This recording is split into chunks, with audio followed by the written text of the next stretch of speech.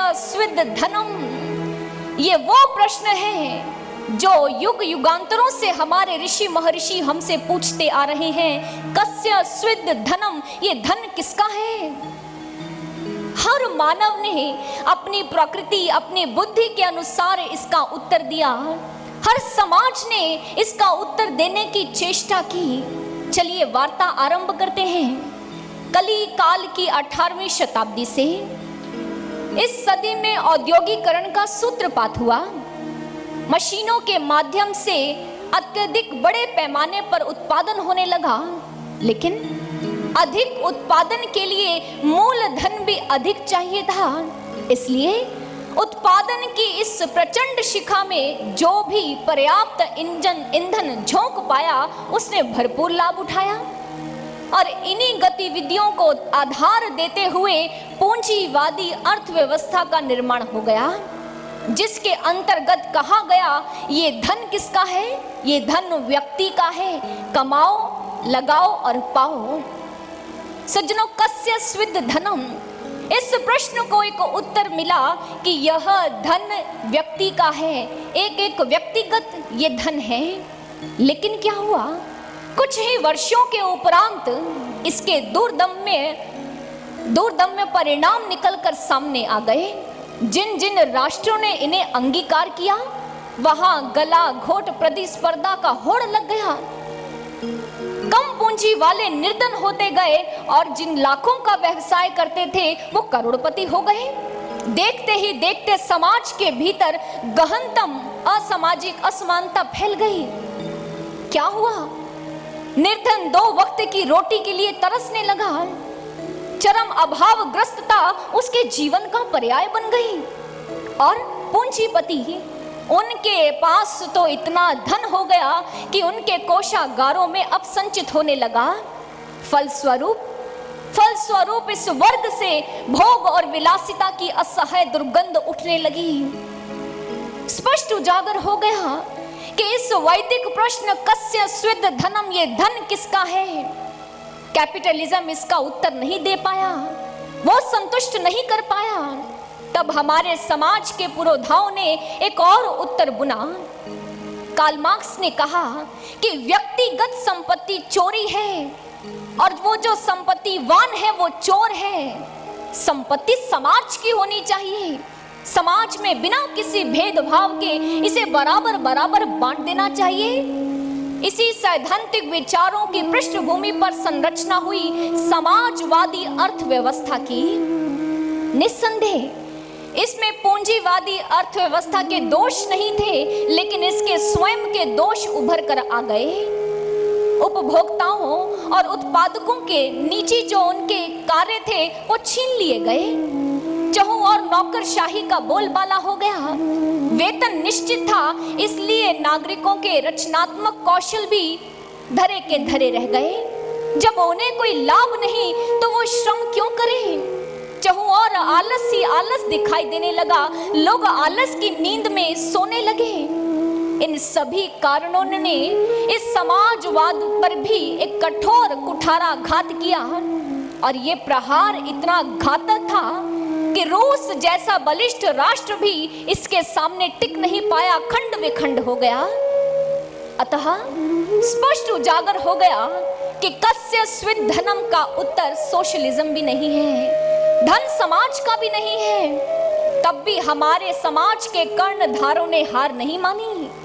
एक और उत्तर का निर्माण किया और बुलंद आवाज में कहा ये धन व्यक्ति का भी है, समाज का भी है, और मिक्स्ड इकोनॉमी का परचम फहरा दिया। लेकिन सज्जनों, ये मिक्स्ड इकोनॉमी भी हमारे समाज को सही नहीं रख पाई। इसके भी दोष निकल कर आए और ये भी पूर्णतः रूप से सफल नहीं हो पाई। भौतिकवाद प्रदत्त प्रत्येक प्रणाली, चाहे वो समाजवादी, चाहे वो पूंजीवादी, चाहे वो मिक्स्ड इकोनॉमी थी, लेकिन यह कोई भी पूर्णतः रूप से हमारे वैदिक ऋषियों के प्रश्न का उत्तर नहीं दे पाई। तो चलिए, मैंने सुना है जहां भौतिकवाद हार जाता है वहां अध्यात्मवाद का सहारा लेना पड़ता है। चलिए पूछते हैं अध्यात्म के ऋषि महर्षियों से कि इस प्रश्न का उत्तर क्या है। वास्तविकता में हमारे ऋषि महर्षि बड़े विवेकी थे। उन्होंने प्रश्न के भीतर ही उत्तर छिपा दिया। कस्य स्विद धनम, क अस्य स्विद धनम। संस्कृत शैली में क ईश्वर के लिए प्रयुक्त होता है। जो ईश्वर है धन उसी का है। अर्थात ये धन किसका है? ये धन ना तो समाज का है, ये धन ना तो व्यक्ति का है, ये धन केवल उस मात्र ईश्वर का है। संपत्ति सब रघुपति कै आही, उस ईश्वर की संपत्ति है। हमें क्यों मिली है? प्रसाद रूप में मिली है। और सज्जनों, जानते हो ना, प्रसाद को ग्रहण करने की एक विशेष रीति होती है। आप देखिए, एक व्यक्ति बाजार गया, बाजार से मिठाई का डिब्बा क्रय करके लाया, खरीद कर लाया, लेकिन मार्ग में आते हुए छिपा रहा है कि कहीं कोई उसकी मिठाई को छीन ना ले, कहीं कोई रिश्तेदार मित्र संबंधी ना मिल जाए जिसे वो मिठाई देनी पड़े, और पहुंचकर अकेला बैठकर घर में खाता है। थोड़ा दृश्य को बदलिए। व्यक्ति ने बाजार से मिठाई खरीदी, मंदिर गया, भगवान के चरणों में अर्पित किया, अब प्रसाद स्वरूप उस डिब्बे को उठाया और अब ना तो किसी से छिपा रहा है और ना ही भयभीत हो रहा है। मार्ग में जो मिलता है उससे क्या कहता है? लो भगवान का प्रसाद है, लो भगवान का प्रसाद है। एक सोच बदली और दृश्य बदल गया। सज्जनों, यही है प्रसाद को ग्रहण करने की रीति, कि प्रसाद को कभी संग्रहित नहीं किया जाता, प्रसाद को कभी अकेले नहीं खाया जाता, प्रसाद को हमेशा मिलकर बांटकर ग्रहण करना चाहिए। तभी वो प्रसन्नता देता है, लाभ देता है और पुण्य देता है। यहाँ एक प्रश्न उठ खड़ा होता है कि यदि धन को संग्रह नहीं करना, यदि धन को अकेले नहीं उसका उपयोग करना, तो फिर उपार्जित धन का किया क्या जाए? सज्जनों, इसका उत्तर हमारे ऋषि महर्षियों ने फिर दिया। कबीर दास जी बहुत सुंदर कहते हैं कि जिस प्रकार नाव के भीतर जल भर जाता है, आप क्या करते हो? हाथों से, हथेलियों से उसके जल को बाहर निकालते हो। ठीक इसी प्रकार जब इंसान पर ईश्वर की कृपा हो और उसके पास धन का आधिक्य हो, तो उसे निस्संदेह इस धन का दान करना चाहिए। उसे निस्संदेह अपने दोनों हाथों से समाज कल्याण में अपने धन को लगाना चाहिए। कबीर दास जी कह रहे हैं। इसलिए हमारे महापुरुषों ने इस प्रश्न के उत्तर के साथ साथ एक प्रथा का आरंभ किया, और वह था दान की प्रथा। यक्ष युधिष्ठिर से प्रश्न करता है, युधिष्ठिर, जिस समय इंसान मरणासन होता है तब उसका मित्र और सहयोगी कौन होता है? युधिष्ठिर ने कहा, तब उसका मित्र संबंधी कोई उसका परिवारजन नहीं होते। जो उसने संपूर्ण जीवन दान दिया वही उसके अंतिम समय में उसके मित्र बनते हैं, उसके सहयोगी बनते हैं, वही उसे लाभ देते हैं जो उसने संपूर्ण जीवन दान दिया। लेकिन दान करना हमारी परंपरा है, दान करना चाहिए, ऋषि महर्षि कहते हैं, लेकिन किसे दान करें? फिर से एक यक्ष प्रश्न आकर हमारे समक्ष खड़ा हो जाता है। चलिए अपने भगवान कृष्ण से पूछते हैं, प्रभु किसे दान करें? श्री कृष्ण कहते हैं, भगवत गीता के अंदर 3 प्रकार के दान हुआ करते हैं। तमस दान, अर्थात जब आप किसी भी कुपात्र को अयोग्य देश और अयोग्य काल में दान कर देते हैं, आप यह भी नहीं सोचते कि ये दान सही हाथों में जा भी रहा है या नहीं, आप फिर भी दान करते हैं, ये तमस दान है। राजसिक दान क्या होता है? जब आप किसी फल की इच्छा रखते हैं या किसी का उपकार चुकाने के लिए दान करते हैं, उसे राजसिक दान कहते हैं। और सात्विक दान, भगवान श्री कृष्ण कहते हैं सबसे श्रेष्ठ होता है सात्विक दान। लेकिन ये सात्विक दान की परिभाषा क्या है? देश, काल, पात्र जब सुयोग्य मिल जाए, एक विवेकी मनुष्य जब देखे कि किस चीज की जरूरत है, क्योंकि आप सब मनुष्य हैं, मनुष्य विवेकी होता है, वो मनन कर सकता है, चिंतन कर सकता है, परख कर सकता है। इसलिए कृष्ण ने कहा, परख कर देखो, उचित देश, उचित काल और सुपात्र मिल जाए तो फल की इच्छा मत रखना, वहां दान देना तो आपका दान श्रेष्ठ दान होगा, सात्विक दान होगा। हमारे संतों महापुरुषों ने कहा कि यदि दान की सही परिभाषा सीखनी है, दान किसे देना है, प्रकृति से सीखिए। प्रकृति कितना सुंदर उदाहरण देती है नदी के माध्यम से। एक नदी जाकर सागर में गिरती है, सागर से फिर कुछ बूंदें बादल बनती हैं, बादल से फिर नदी में गिरती हैं। इस तरह नदी स्वयं को खाली भी करती है और खाली होकर भी खाली नहीं होती, सागर रूप हो जाती है। अगर नदी स्वयं को मरुस्थल को दान कर दे तो क्या होगा? नदी सूख जाएगी, उसका दान देना भी व्यर्थ हो जाएगा। इसलिए नदी स्वयं को कहाँ अर्पित करती है?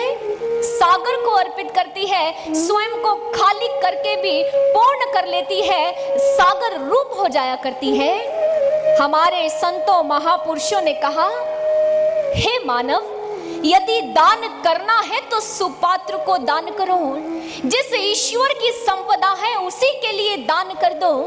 संत महापुरुष जिनके रूप में वो ईश्वरीय शक्ति सदा सदा से इस धरती पर आती रही है और आती रहेगी, जाओ उनके चरणों में इस धन का दान कर दो। जाओ समाज की सेवा में जो संत कार्यरत हैं उनके कार्य में अपना दान दे दो, तो तुम्हारा धन भी सार्थक है, तब तुम प्रभु की आज्ञा को भी शिरोधार्य कर पाओगे। हे समाजवासियों, हे कृष्ण अनुरागियों, भगवान श्री कृष्ण की यह अनुपम लीला से मंतक मणि ये बारंबार हमसे यही कह रही है कि इस धन का लाभ व्यक्तिगत नहीं, समष्टि लाभ के लिए उपयोग किया जाए। अपने धन को सार्थक कीजिए, अपने इस धन से पुण्यों को अर्जित कीजिए, लाभ को अर्जित कीजिए। संतों महापुरुषों ने जो समाज को व्यवस्थित करने के लिए जो कार्य आरंभ किए हैं, उसमें उनका साथ दीजिए तो इसका लाभ होगा। सज्जनों, मैं आपसे यहाँ अपील जरूर करना चाहूंगी। यह ज्ञान यज्ञ, श्रीमद् भागवत महापुराण ज्ञान यज्ञ, यूं तो यह एक ज्ञान यज्ञ है। यहाँ अज्ञानता का आवरण हटेगा और ज्ञान रूपी प्रकाश, वह सूर्य उदित हो जाएगा। सज्जनों, हमारे भीतर भी तो अज्ञानता विराजमान है। कृष्ण उसी अज्ञानता को दूर करने आए हैं, उसी ज्ञान को आपको प्रदान करने आए हैं। उठिए, आप समाज के जागरूक श्रेष्ठ मानव बनिए और फिर समाज के भीतर जो आज मां कामधेनु की स्थिति इतनी दयनीय होती जा रही है, वो गोपाल, वो ईश्वर, वो कृष्ण जो इस धरती पर आया, उसने कामधेनु की सेवा की, उनका सम्मान किया। आज उस गोपाल की भूमि पर उस गौ की स्थिति बहुत दयनीय है।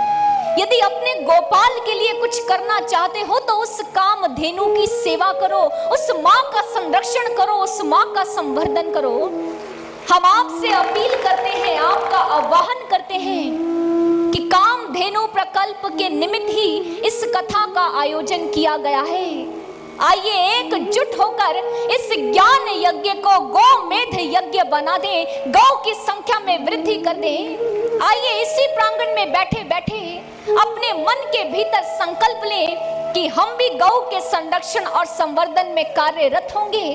हम भी अपने जीवन में उस पुण्य को अर्जित करेंगे, गौ का दान करेंगे और स्वयं के जीवन को श्रेष्ठ बनाएंगे। सज्जनों, तो उसी क्षण यहीं पर गोवर्धन पूजा संपन्न हो जाएगी। गोवर्धन पूजा कुछ और नहीं, गौ की संख्या में वृद्धि हो उसके लिए जो कार्य किया जाए वही तो गोवर्धन पूजन है। तो हे कृष्ण के अनुरागियों, कृष्ण के सखाओं, कृष्ण के गोपालों, आओ हम प्रभु के इस कार्य को पूर्ण करें। अपने प्रभु ने जो हमें प्रसाद स्वरूप में धन दिया है, उसे हम समाज सेवा के लिए लगाएं, उसे हम कामधेनु कामधेनु के संरक्षण में लगाएं तो हमारे प्रभु हमसे अवश्य प्रसन्न होंगे। अवश्य ही वो हमें अपना उपहार स्वरूप में अपना आशीर्वाद जरूर देंगे। अगर कृष्ण का प्रसाद पाना है, उनकी प्रसन्नता को पाना है, तो उनके दिखाए मार्ग पर चलना होगा। जैसे आज अक्रूर जी प्रभु के दिखाए मार्ग पर चल दिए। स्यमंतक मणि को अपने पास रखा अवश्य, लेकिन उसे संपूर्ण समाज के कल्याण के लिए लगाया। शुकदेव जी महाराज स्यमंतक मणि के बाद परीक्षित को अन्य अनेक घटनाओं के बारे में, कथाओं के बारे में सुना रहे हैं। जरासंध का वध किस प्रकार हुआ, सुदामा प्रसंग सुनाया, और इसी के साथ दशम स्कंद यही संपन्न होता है, एकादश स्कंद, जिसमें उस समय का वर्णन वेद व्यास जी कर रहे हैं जिस समय महाभारत का युद्ध आरंभ होने वाला था। एक और पांडव है, दूसरी ओर दुर्योधन है। एक और धर्म है और एक तरफ अधर्म है। धर्म और अधर्म के बीच आज भगवान कृष्ण खड़े हैं और उन्हें चुनाव करना है कि वो किसके पक्ष में जाएंगे। दुर्योधन ने भी प्रार्थना की और अर्जुन ने भी प्रार्थना की। तब भगवान श्री कृष्ण ने अर्जुन और दुर्योधन से कहा, इस महाभारत के युद्ध में मैं अस्त्र और शस्त्र नहीं उठाऊंगा। अब देख लो, निर्णय आपके हाथों में है। एक तरफ मेरी 18 अक्षौहिणी सेना है और दूसरी तरफ निहत्था कृष्ण। किसे स्वीकार करना चाहते हो? दुर्योधन और अर्जुन दोनों खड़े हैं। भगवान कृष्ण ने अर्जुन की ओर देखा और अर्जुन से कहा, अर्जुन पहले तुम मांगो। अर्जुन ने दोनों हाथ जोड़े, कहने लगा, प्रभु इकरारे मोहब्बत चाहिए, वक्त की मौज नहीं। मुझे मेरे कृष्ण चाहिए, कृष्ण की फौज नहीं। मुझे मेरे कृष्ण चाहिए, कृष्ण की फौज नहीं। निहत्थे कृष्ण को चुन लिया। दुर्योधन मन ही मन प्रसन्न हुआ और 18 अक्षौहिणी सेना के साथ महाभारत युद्ध करने के लिए तत्पर हो गया। भगवान श्री कृष्ण अर्जुन के रथ की बागडोर थाम कर खड़े हो गए। और सज्जनों, ये कहा गया है, जहां कृष्ण है वहीं विजय है। और आज विजय आज पांडवों की हुई, धर्म की जीत हुई, अधर्म का विनाश हुआ। जो ही महाभारत का युद्ध विराम को पा गया, तब सभी पांडव महाराज धृतराष्ट्र और माता गांधारी को संग लेकर आज युद्ध भूमि में आए हैं। माता गांधारी अपने संग अपनी पुत्र वधुओं को भी लाई है।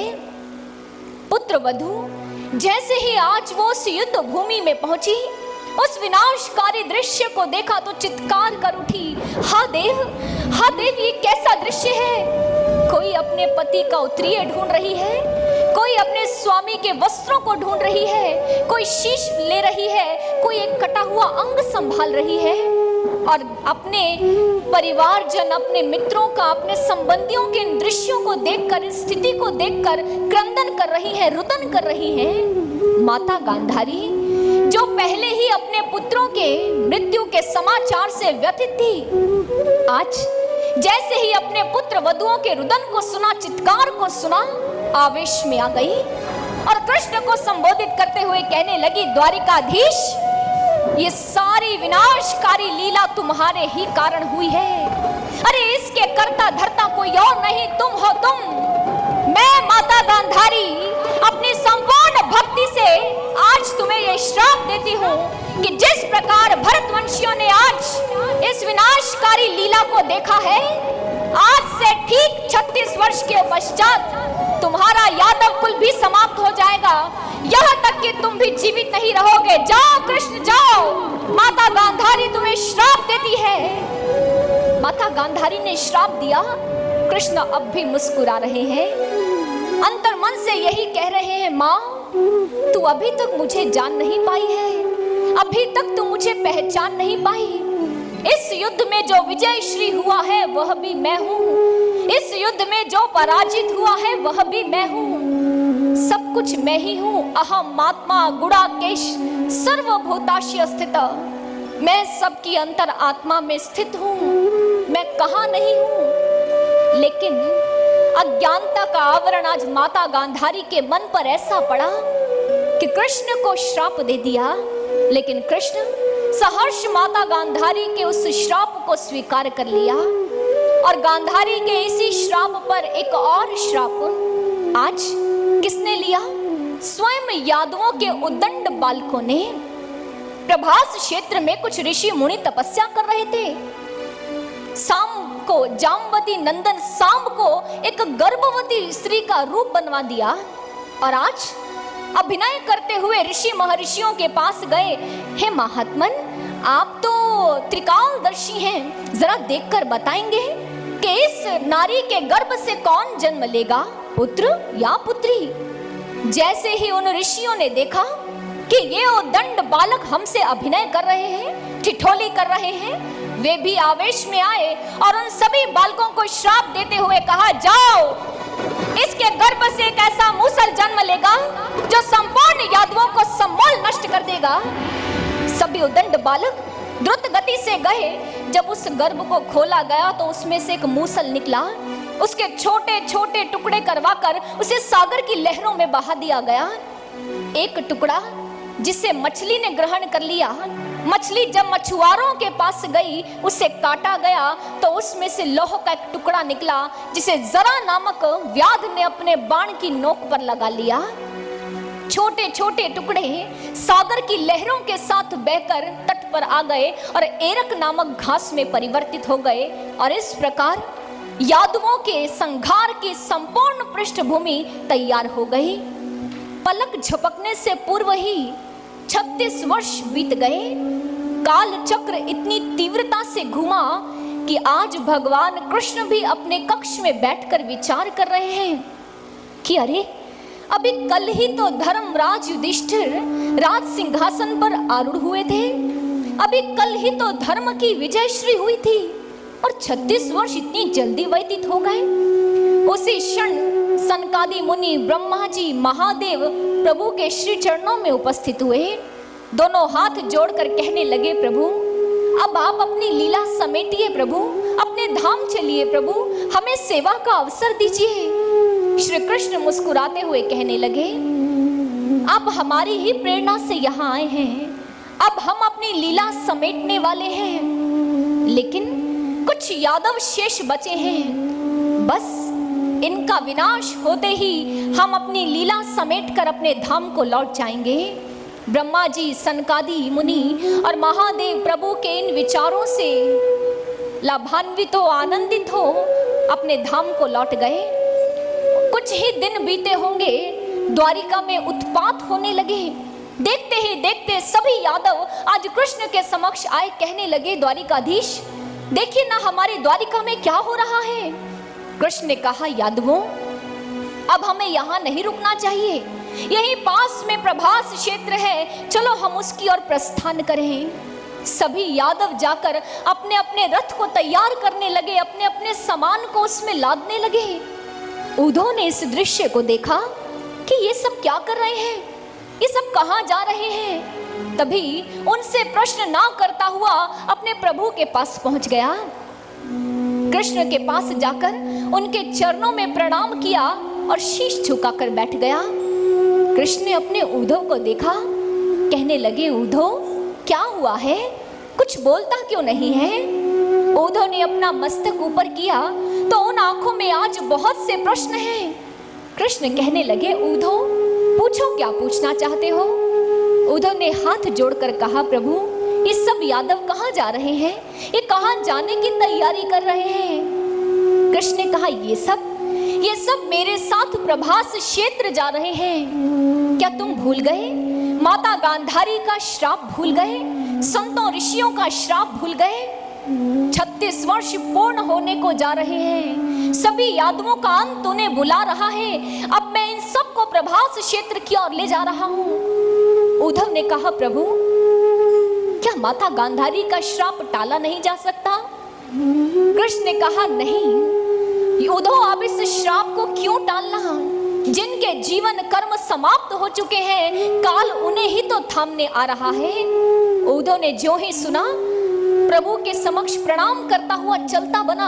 कहने लगा, प्रभु अच्छा मैं चलता हूँ, मुझे भी चलकर तैयारी करनी है। कृष्ण ने जो ही सुना उद्धव से कहा, उद्धव रुक जाओ, यहाँ आओ। उद्धव को अपने पास बुलाया, अपने पास बिठाया। कहने लगे, उद्धव नहीं, तू नहीं जाएगा मेरे साथ। प्रभास क्षेत्र का भावी तेरे लिए नहीं है। जाओ उद्धव जाओ, जाकर तीर्थ स्नान करो, तीर्थों का भ्रमण करो। उद्धव ने जो ही सुना तीर्थ भ्रमण, मैं प्रभु के साथ नहीं जाऊंगा। मुस्कुराते हुए कहने लगा, केशव क्या बात है, आज फिर ठिठोली कर रहे हो? अरे मुझसे कह रहे हो कि उद्धव तुम्हारे साथ नहीं जाएगा? नहीं प्रभु नहीं, मैं तो आपकी छाया हूँ, छाया। अरे कभी छाया अपनी देह से विलग हो सकती है? अरे उद्धव कृष्ण से विलग कैसे रह सकता है? नहीं प्रभु नहीं, जल्दी कहिए ना कि उद्धव ये ठिठोली है। कृष्ण का स्वर अब भी गंभीर था। गंभीर मुद्रा में फिर से उद्धव का हाथ आज अपने हाथ में थाम लिया।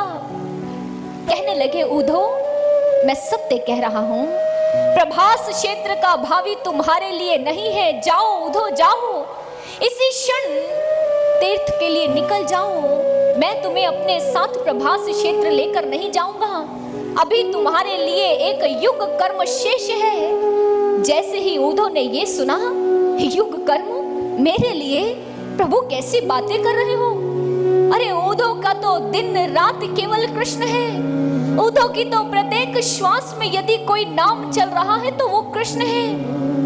यदि कृष्ण नहीं तो उद्धव के लिए कौन सा युग कर्म शेष है? प्रभु कोई युग कर्म शेष नहीं। भगवान कृष्ण ने कहा, उद्धव क्या मेरा एक कहना नहीं मानोगे? उद्धव ने बिलखते हुए कहा, प्रभु आप आज्ञा कीजिए, आपकी हर आज्ञा को शिरोधार्य करूंगा। लेकिन यह मत कहिए कि उद्धव मेरा त्याग कर चला जा। यह मत कहिए प्रभु, कुछ भी कह दीजिए। भगवान श्री कृष्ण ने उद्धव के मस्तक पर अपना कृपा भरा हस्त रखा, उसे समझाते हुए कहने लगे, उद्धव समझो मेरी बात को, तुम्हारे लिए अभी एक युग कर्म शेष है। समय आने पर तुम्हें उसका ज्ञान हो जाएगा। जाओ उद्धव जाओ। आज गुरु की आज्ञा मिल गई।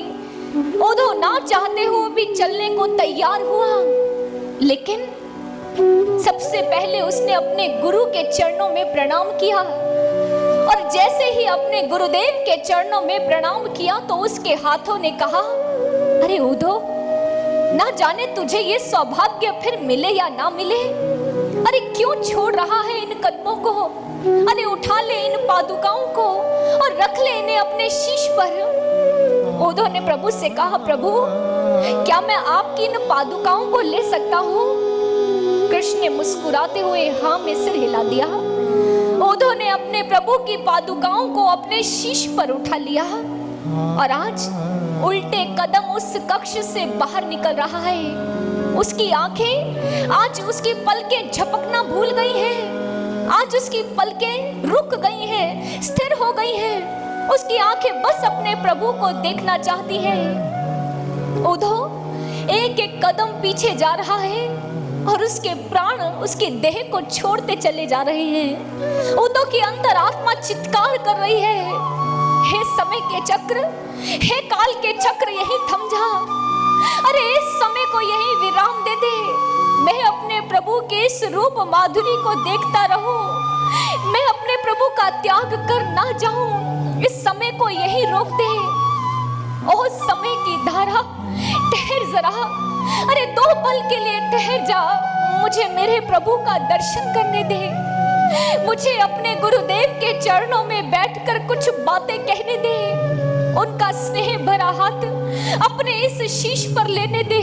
अरे थोड़ा सा तो उनका स्नेह, उनका प्रेम लेने दे। उद्धव की अंतरात्मा से बार बार यही पुकार उठ रही है, उस समय की धारा ठहर जरा। 2 बातें तो करने दे, 2 बातें तो करने दे। ओ समय की धारा ठहर जरा, 2 बातें तो कर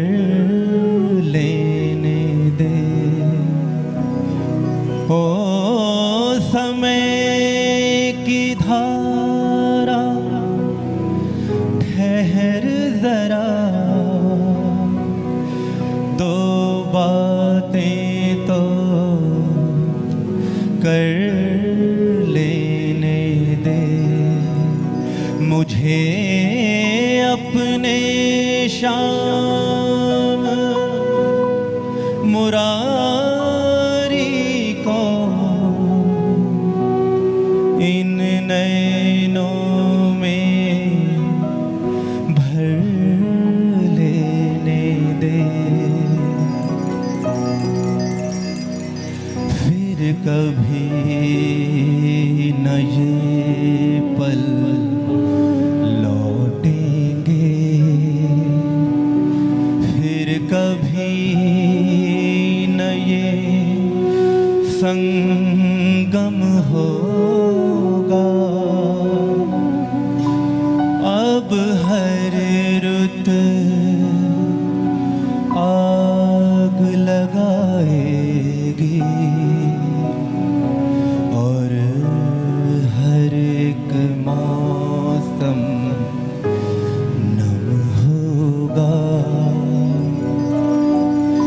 अब दुख में हमें पिघलना है, सांसों ने धीरे चलना है। यादों की रात ने आना है और गम का सूरज ढलना है और गम का सूरज ढलना है। हो समय की धारा ठहर जरा, दो बातें तो कर लेने दे मुझे अपने श्याम मुरारी को इन नैनों में भर लेने दे।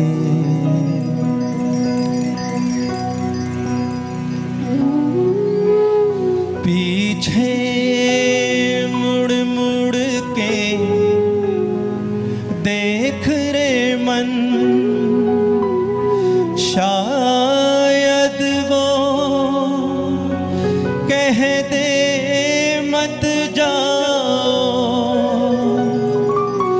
पीछे मुड़ मुड़ के देख रे मन, शायद वो कह दे मत जाओ। शायद वो हम पर तरस करे, उनके भी नैना तरस पड़े, उनके भी नैना तरस पड़े।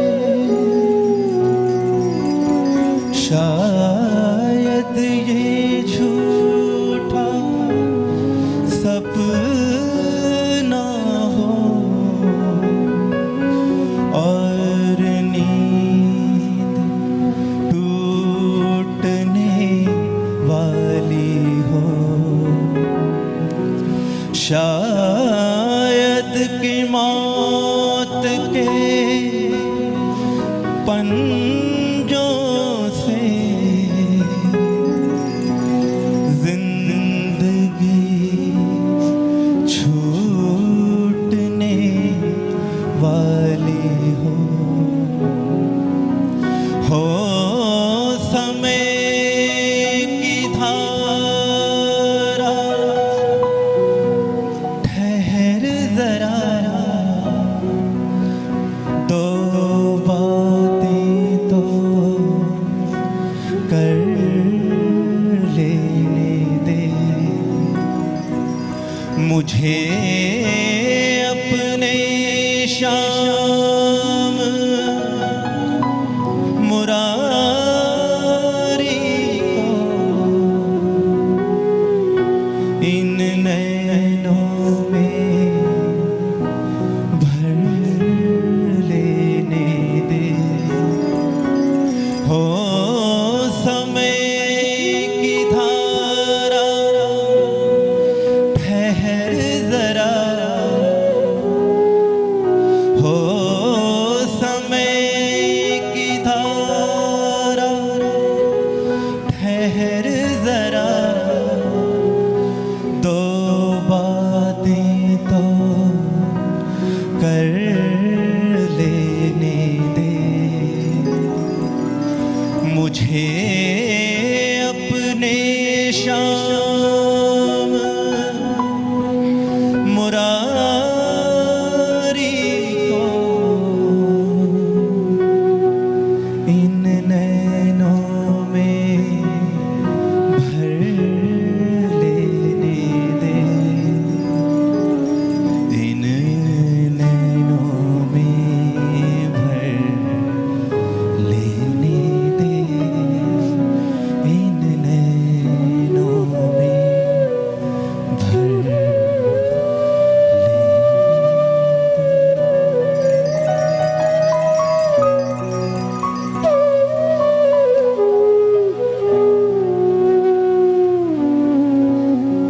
उद्धव का साहस नहीं हो रहा कि वो अपने कृष्ण को छोड़कर उस कक्ष से बाहर जाए।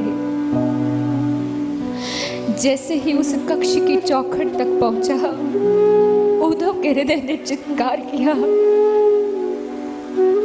नहीं उद्धव नहीं, मत जा अपने प्रभु को छोड़कर। अगर आज तो इस कक्ष से बाहर चला गया तो फिर तो कभी अपने कृष्ण को देख नहीं पाएगा। अगर कृष्ण को देखेगा नहीं तो जीवित कैसे रहेगा, उद्धव कैसे रहेगा। उद्धव की अंतरात्मा बार बार प्रभु को आवाज दे रही है, प्रभु अपनी आंखें खोलिए, एक बार अपने उद्धव से कहिए ना कि उद्धव ये तो मात्र एक ठिठोली थी, एक ठिठोली। हे प्रेम का पाठ सिखाने वाले, आज स्वयं में से प्रेम के बंधन को तोड़ने के लिए क्यों कह रहा है? उद्धव कितनी देर उस चौखट पर खड़ा रोता बिलखता रहा, लेकिन केशव ने नेत्रों को नहीं खोला। अपने प्रभु की पादुकाओं को हृदय से लगाकर कक्ष में जाकर दुबक कर बैठ गया। उद्धव को लग रहा है शायद मैं कोई स्वप्न देख रहा हूँ, और जब ये स्वप्न टूटेगा तो मैं अपने कृष्ण के पास होऊंगा। इसी तरह अपने प्रभु की पादुकाओं को हृदय से लगाए भोर हो गई। भोर में जैसे ही तंद्रा टूटी, जैसे ही उद्धव को बोध हुआ, खिड़की से झांक कर देखा, सभी यादवों के संग कृष्ण जा रहे थे। उद्धव ने अपने प्रभु को देखा, आवाज दी, प्रभु आपका उद्धव पीछे छूट गया है, इसे भी लेते जाइए प्रभु, इसे भी लेते जाइए। एक बार तो पीछे मुड़कर देख लीजिए अपने उद्धव को, प्रभु देख लीजिए। लेकिन आज जगत गुरु अपने कर्तव्य पथ पर बढ़ गए और उद्धव को अपने गुरु की आज्ञा को धारण कर आज तीर्थ यात्रा की ओर बढ़ने लगा। भगवान श्री कृष्ण पहुंच गए प्रभास क्षेत्र, जहां जाकर यादवों ने कुछ देर तो पूजा अर्चन किया, तदुपरांत मदिरा का सेवन किया और आज सभी नियंत्रित इंद्रियां अनियंत्रित हो गई। सभी एक दूसरे पर प्रहार करने लगे। सागर के तट पर जो एरक नामक घास लगी थी उसे तोड़ तोड़ कर जैसे ही हाथों में लिया, बड़े बड़े मुद्गलों में परिवर्तित हो गए और एक दूसरे पर प्रहार करते हुए एक दूसरे को मृत्यु के घाट उतार दिया। कृष्ण इस दृश्य को देख नहीं पाए। बलराम ने तो पहले ही अपनी अंतरात्मा का उस परमात्मा में एकाकार कर लिया, देह का त्याग कर दिया था। कृष्ण भी अनवरत यात्रा की ओर बढ़ चले। अश्वत्थ वृक्ष के नीचे जाकर लेट गए और अपने आंखों को बंद कर भूतकाल के गर्भ में झांक रहे हैं, याद कर रहे हैं अपने कृष्ण, अपने अर्जुन को, अपने उद्धव को। तभी सुबह हुई। सुबह एक व्याध अपने शिकार को खोजने के लिए आया और आज उसने अपने शिकार पर बाण चलाया तो वह बाण, वह तीर जाकर भगवान श्री कृष्ण के दाहिने पांव के तलवे में लग गया। अपने शिकार को जल्दी से प्राप्त करने के लिए वह व्याध दौड़ा आ रहा है और जब भोर के उजाले में उसने देखा कि उसका शिकार कौन है तो उसके मुख से केवल चित्कार निकला और आंखों से अश्रु। शीघ्र जाकर प्रभु के पांव से इस बाण को निकाल दूं, लेकिन उसी क्षण प्रभु ने निषेध में हाथ उठा दिया। क्या नाम है तुम्हारा? व्याध ने कहा, प्रभु मेरा नाम जरा है। कृष्ण मुस्कुराते हुए कहने लगे, अरे तूने तो अपने नाम को सार्थक किया है। जरा ने कहा, नहीं प्रभु नहीं, मैं इस पाप के बोझ को सहन नहीं कर पाऊंगा। अरे ये लोग क्या कहेंगे? वो ईश्वर जो सबको जीवन दान देता है, इस मोड़ बुद्धि जरा ने अपने प्रभु के प्राणों का हरण कर लिया। नहीं प्रभु नहीं, मैं इस पाप के बोझ को सह नहीं पाऊंगा। कृष्ण कहने लगे, जरा तुम पाप मुक्त हो क्योंकि तुम्हारी भावना अशुद्ध नहीं थी, तुम तो केवल निमित्त मात्र हो। सुनो, मेरा एक कार्य करोगे? जरा ने हाथ जोड़कर कहा, आज्ञा करो प्रभु, आप आज्ञा दीजिए। भगवान कृष्ण ने कहा, जरा इस देह में अब रक्त सीमित है, कुछ ही देर में मेरी चेतना इस देह को छोड़ देगी, लेकिन मेरे देह को यहीं अश्वत्थ वृक्ष के सहारे रहने देना, क्योंकि मैं जानता हूं मुझे ढूंढते हुए कोई आए या ना आए, लेकिन मेरा अर्जुन अवश्य आएगा। अर्जुन से कहना, वृंदावन में राधा तक ये संदेश पहुंचा दे कि अब कृष्ण इस धरा पर नहीं है, उन्होंने अपनी लीला को समेट लिया है।